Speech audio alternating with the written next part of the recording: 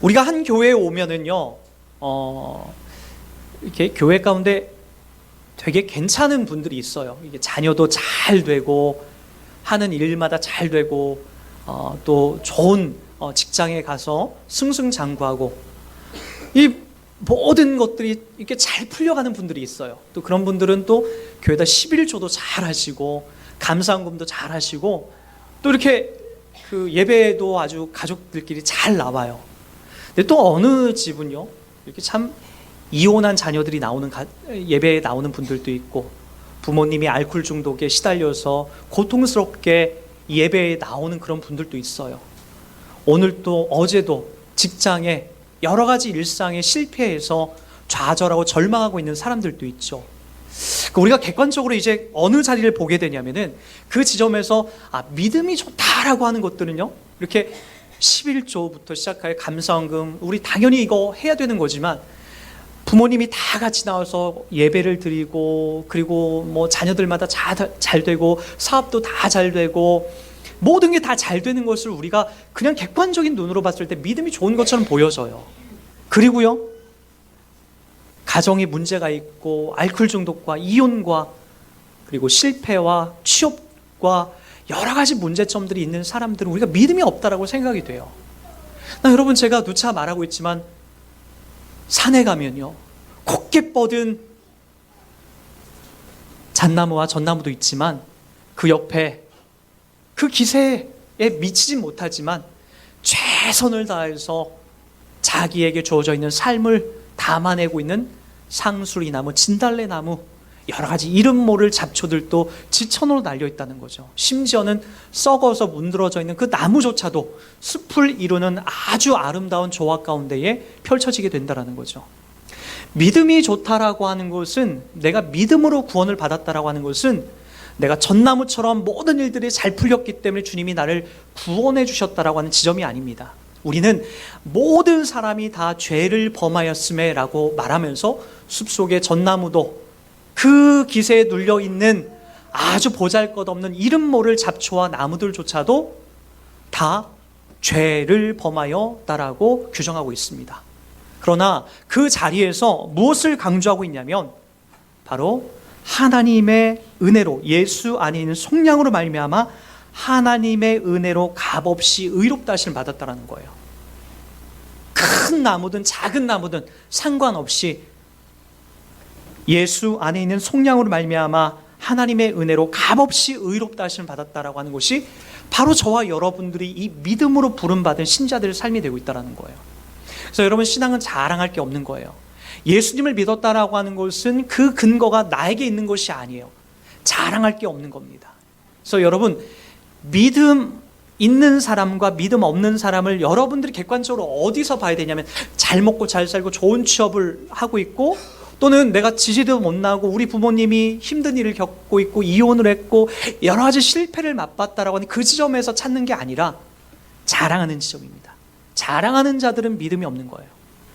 30년 40년 신앙생활 했네, 그 속에서 나의 자랑거리를 찾고 은연중에 나의 자랑을 내세우는 것, 이러니까 하나님이 나에게 복을 주고 이러니까 나를 구원하셨지라고 하는 그 지점은 좋은 믿음이 아닙니다.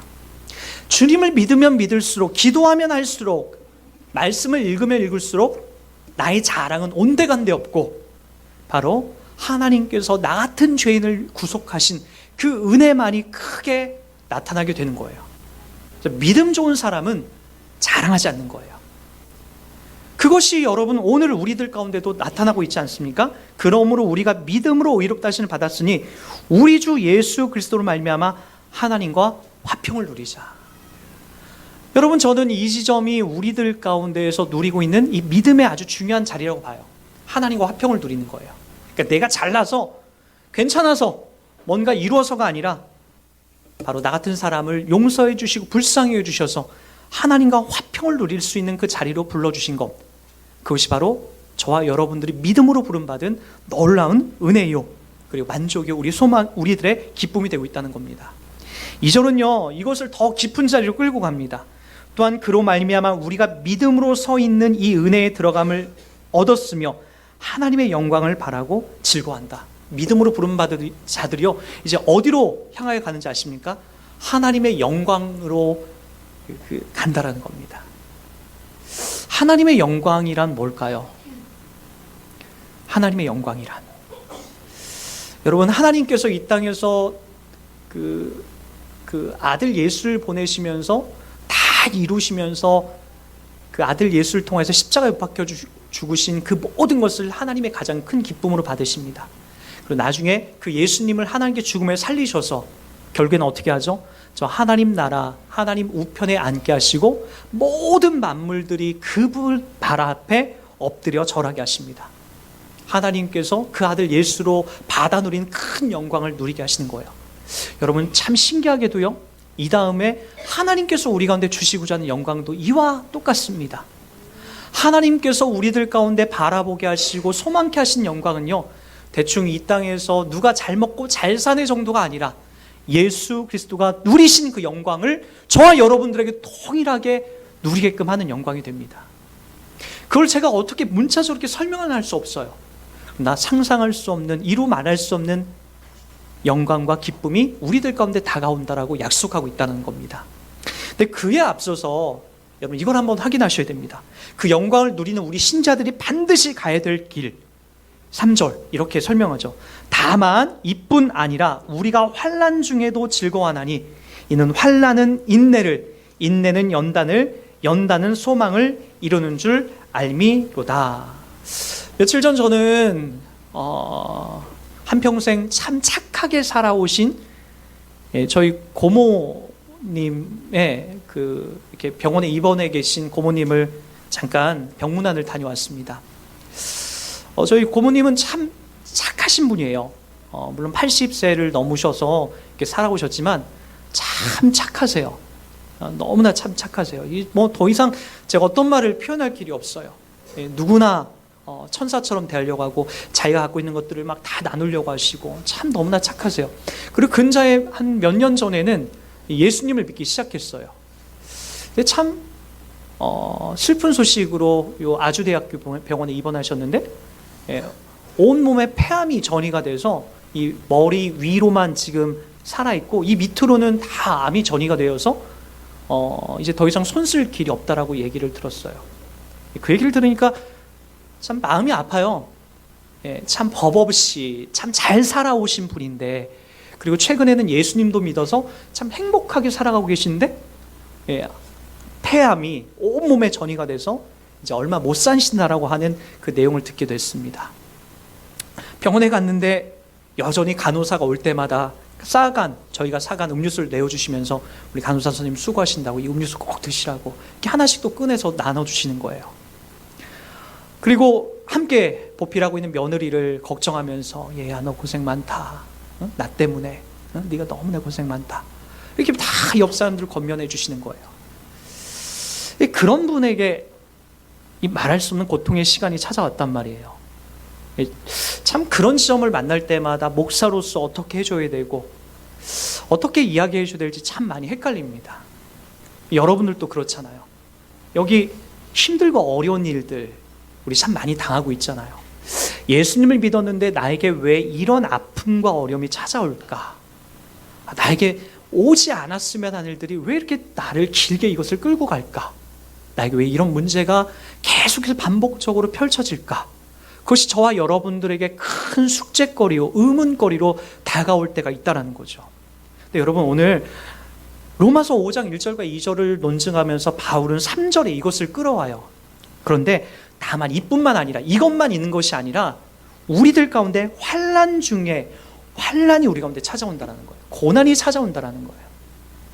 하나님께서 우리 가운데 이 고난과 환난을 허락하시는 지점은 왜 그럴까요? 성경은 크게 한 4가지 정도로 이렇게 정의합니다. 제가 한번 이 내용을 한번 정의해 볼게요. 죄에 대한 하나님의 심판이에요. 여러분, 우리가 범죄하고 반복적으로 죄를 지게 되면 하나님께서 우리들 가운데 죄에 대한 심판을 내리십니다. 그래서 당연한 거예요.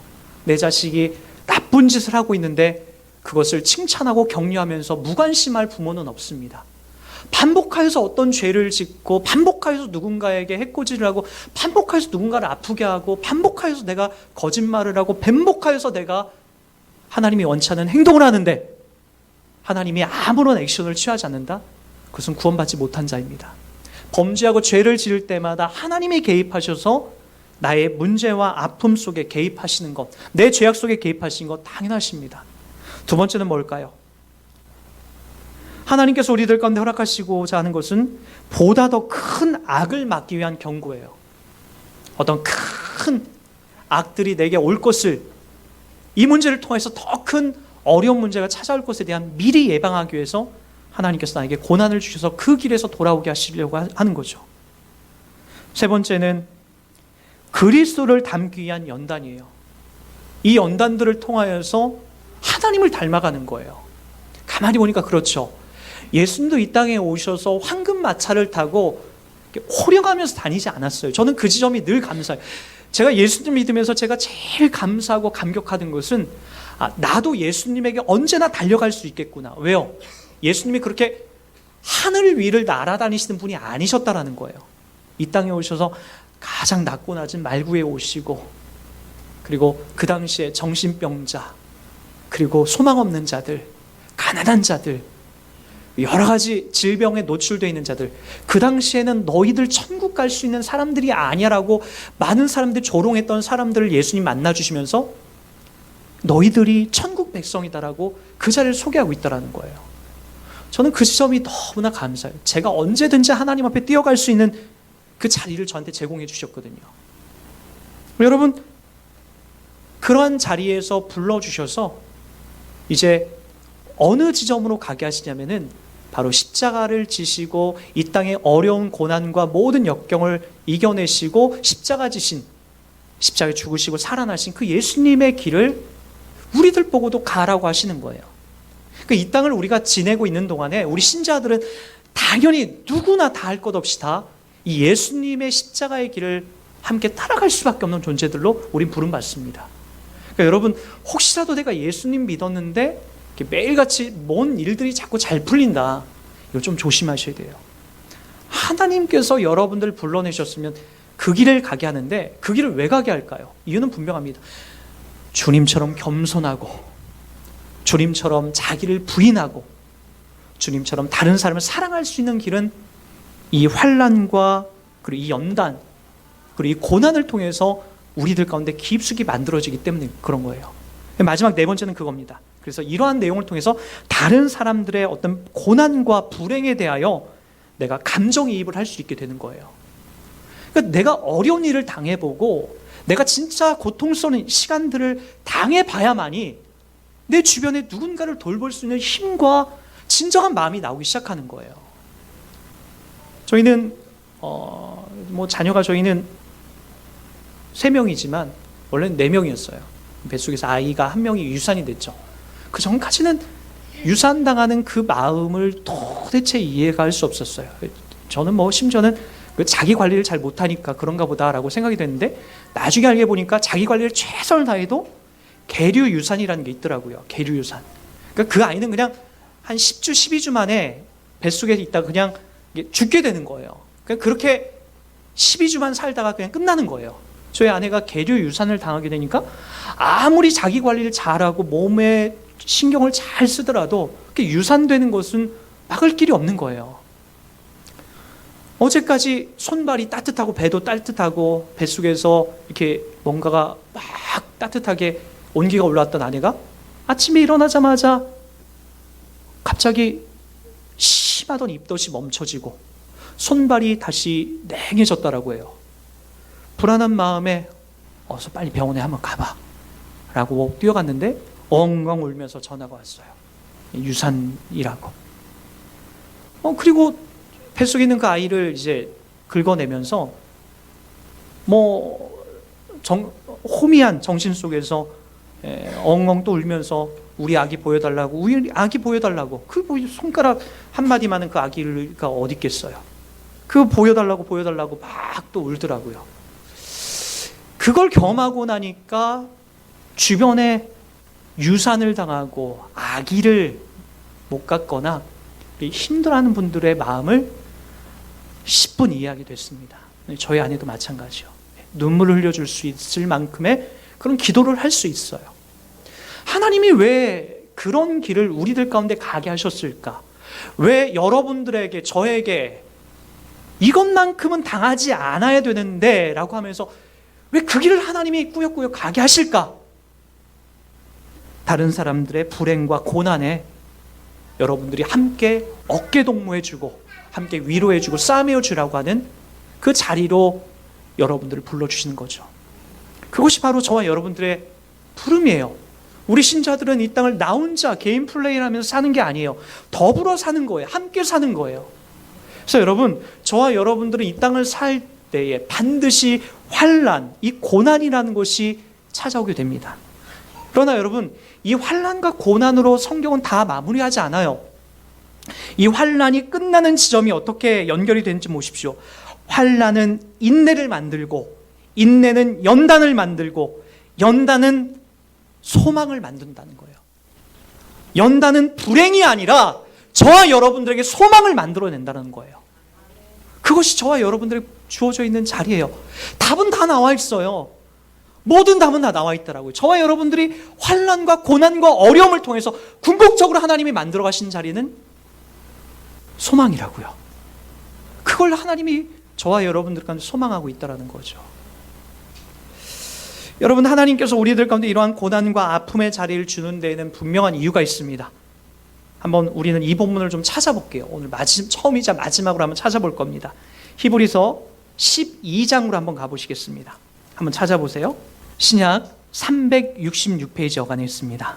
이러므로 우리에게 구름같이 둘러싼 허다한 증인들이 있으니 모든 무거운 것과 얽매이기 쉬운 죄를 벗어버리고 인내로서 우리 앞에 당한 경주를 하며 믿음의 주요 또 온전하게 하신 이인 예수를 바라보자. 그는 그 앞에서 있는 기쁨을 위하여 십자가를 참으사 부끄러움을 개의치 아니하시더니 하나님 보좌 우편에 앉으셨느니라. 너희가 피곤하여 낙심하지 않기 위하여 죄인들이 이같이 자기에게 거역한 일을 참으신 일을 생각하라. 너희가 죄와 싸우되 아직 피 흘리기까지는 대항하지 아니하고 또 아들들에게 권하는 것 같이 너에게 권면하신 말씀도 잊었도다. 일러스되 내 아들아 주의 징계하심을 경히 여기지 말며 그에게 꾸지람을 받을 때에 낙심하지 말라. 주께서 그 사랑하시는 자를 징계하시고 그가 받아들이시는 아들마다 채찍질 하심이니라 하였으니 너희가 참음은 징계를 받기 위함이라. 하나님이 아들과 같이 너희를 대우하시나니 어찌 아버지가 징계하지 않는 아들이 있으리요. 징계는 다 받는 것이거늘 너희에게 없으면 사생자요 친아들이 아니니라. 또 우리 육신의 아버지가 우리를 징계하여도 공경하였거든 하물며 모든 영의 아버지께 더욱 복종하며 살려하지 않겠느냐. 그들은 잠시 자기의 뜻대로 우리를 징계하거니와 오직 하나님은 우리의 유익을 위하여 그의 거룩하심에 참여하게 하시느니라. 무릇 징계가 당신은 즐거워 보이지 않고 슬퍼 보이나 후에 그로 말미암아 연단받는 자들은 의와 평강의 열매를 맺느니라. 조금 긴 부분 읽었지만 이 본문을 딱 우리가 보기 전에 한 가지 여러분들 염두에 드릴 것이 있습니다. 11장은 믿음장이에요. 제가 맨 처음에 이 믿음에 대해서 설교하면서 여러분 믿음은 바라는 것들이 실상이요 보지 않는 것들의 증거니라. 믿음에 관련된 이 사람들이 11장에 빼곡히 등장합니다. 믿음으로 산 사람들의 이야기가 등장하고 12장에 여기 그들이 다 같이 고난을 받았다라고 하는 것을 성경은 담아내기 위해서 오늘 바로 그들에게 이 고난과 아픔에 대한 이야기를 12장에 증거해 나갑니다. 우리가 다른 거 다 절사하고 5절 보시기 바랍니다. 또 아들들에게 권면하는 것 같이 너에게 권면하신 말씀도 잊었도다. 일러스되 내 아들아 주의 징계하심을 경히 여기지 말며 그의 꾸지람을 받을 때에 낙심하지 말라. 주께서 그 사랑하는 자를 징계하시고 그가 받아들이시는 아들마다 채찍질 하심이니라 하였으니 너희가 참음은 징계를 받기 위함이라. 하나님이 아들과 같이 너희를 대우하시나니 어찌 아버지가 징계하지 않는 아들이 있으리요. 징계는 다 받는 것이거늘 너희에게 없으면 사생자요 친아들이 아니니라. 여러분 다 아실 겁니다. 여러분들이 여러분의 부모님으로부터 징계를 숱한 징계를 받으면서 이렇게 장성하여 이 자리에 왔습니다. 3학년이 된 저의 아들이 참 요즘에 친구들 학교들을 다 이제 가서 유행하는 게 이 브롤스타즈라고 하는 어떤 게임이에요. 저는 잘 모르겠는데 하여간 한 1분 30초 가량 이렇게 게임에서 이기는 그런 건가 봐요. 요즘 뭐 그게 어린아이들부터 어른에 이르기까지 다 같이 그게 아주 뭐 너무나 재밌게 진행되는 게임이라고 하는 것 같아요. 저희 아들도 잘합니다. 네, 여러분, 저와 저희 아내가 아들에게 하루에 게임 시간을 준 것이 한 15분에서 20분입니다. 근데 그걸 아이에게 허락을 하고 그 시간이 넘어가면 저희는 좀 아이들에게 훈계를 하기 시작합니다. 그걸 왜 하냐면 아이는 그거 할 때 너무나 즐거워요. 세상 다 읽고 거기에 몰입이 되죠. 그러나 여러분, 저와 저희 아내는 자녀가 이 게임에 중독이 돼서 잘못된 길을 가고 싶어하는 마음은 전혀 없습니다. 아이한테 그만해라 라고 명할 때마다 아이는 묘한 짜증이 그 안에 스물스물 보여집니다. 그래도 그걸 꼭 참고 하죠. 어느 날은 그가 몰래 숨어서 다른 곳에서 이렇게 할 때도 있어요. 그때마다 우리는 징계를 내립니다. 너 내일은 게임 없어. 너 오늘 책 2권 더 읽어야 돼. 그건 부모가 자녀에게 하는 당연한 징계예요. 자녀가 혹시라도 저렇게 가혹하게 게임을 막는 우리 엄마 아빠를 보면서 진짜 내가 좋아하는 것을 허락하지 않는다라고 불평한다 할지라도 우리는 그렇게 할 수 없습니다. 심지어는 우리 엄마 맞아? 우리 아빠 맞아? 라고 얘기할지라도 저희는 저희 자녀를 위해서 그렇게 할 수밖에 없습니다. 이건 여러분, 부모된 여러분들도 다 그렇게 해오신 일들이에요. 왜요? 부모가 돼서 자녀가 잘못된 길, 잘못된 내용에 빠져 있을 때 그 길에서 건져내는 것은 부모가 해야 될 가장 중요한 역할입니다. 이건 모든 부모가 다 갖고 있는 거예요. 여러분, 하나님이 여러분들의 부모라는 것을 잘 인식하지 못하죠. 하나님은 그냥 벌이나 주고 상이나 주는 그런 하나님이라고 생각하지, 나의 아버지가 되시고 나의 전부가 되시고 나의 의미가 되시고 날 위해서 십자가에 못 박혀 죽으셨다라는 것을 우리가 인식하지 못합니다. 나 여러분, 오늘 성경이 얘기하는 게 뭐예요? 너희가 참으면 징계를 받기 위함이라 하나님이 아들과 같이 너희를 대하신대요. 말도 안 것 아닙니까? 하나님이 여러분들을 아들과 같이 대하신대요. 아들과 같이 대하시는데 징계를 안 받아요? 당연히 받아야죠. 당연히. 내가 잘못되고 내가 온전하지 못하고 하나님의 기쁨이 되지 못할 때마다, 아니 하나님을 더 깊숙이 닮아서 다른 사람들을 위로하고 격려하고 끌어안을 수 있는 그 자리로 하나님이 날 사용한다라고 한다면 당연히 징계를 통해서 하나님 날 다듬어가고 징계를 통해서 나의 잘못된 길에서 돌아오게끔 하시는 거죠. 그리고 여러분들에게 닥쳐있는 여러 가지 어려운 문제, 힘든 문제, 이거 벗어나게 해주세요라고 그런 기도는 좋은 기도가 아닙니다. 빨리 이거 졸업하게 해주세요가 아니라 하나님, 내가 잘 감당할 수 있도록, 하나님의 뜻을 내가 잘 헤아릴 수 있도록, 하나님, 내가 여기에서 더 겸손해지고 더 넓어지고 더 깊어지는 존재가 되도록, 안 그런 척하는 것이 아니라 이것까지도 내가 끌어안고 살아갈 수 있도록 도와달라고 하나님 앞에 그렇게 기도하는 것, 그것이 저와 여러분들이 하나님 앞에 이 징계를 받아들이는 신자의 바른 삶이 되고 맙니다. 징계는 다 받는 것이거늘 너희가 없으면 사생자요 친 아들이 아니다라고 얘기합니다. 11절에도 무릇 징계가 당신은 즐거워 보이지 않고 슬퍼 보이나 후에 그로 말미암아 연단을 받은 자들은 의와 평강의 열매를 맺느니라 라고 얘기합니다. 저와 여러분들에게 약속된 길입니다. 우리 신자들에게 이와 같은 복된 길을 통하여서 하나님이 가장 아름다운 의와 평강, 소망을 만들어낸다는 것을 기억하시기 바랍니다.